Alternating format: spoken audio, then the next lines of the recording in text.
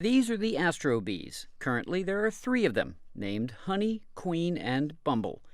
2 of them recently arrived in space and will soon be a part of the crew of the International Space Station.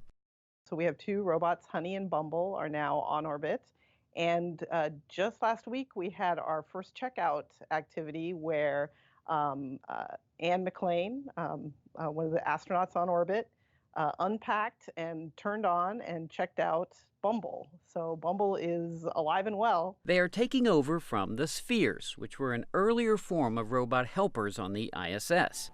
The Astro Bees have cameras and microphones on board, and during the next few months, project manager Maria Boilet says they will be learning their way around the ISS. Where we're going to calibrate the cameras on board and do a mapping activity where the astronaut will manually fly the robot back and forth across the Japanese experiment module to collect imagery data that we'll use to build a map of the GEM, the Japanese experiment module.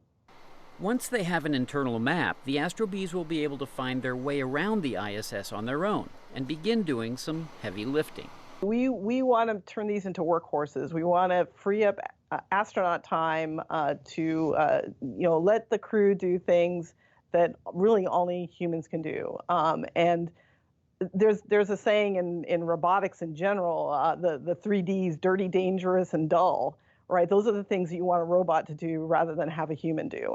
The Astro Bee also has a lot of room for experiments, and middle and high schoolers around the country are already competing to get some of theirs on board.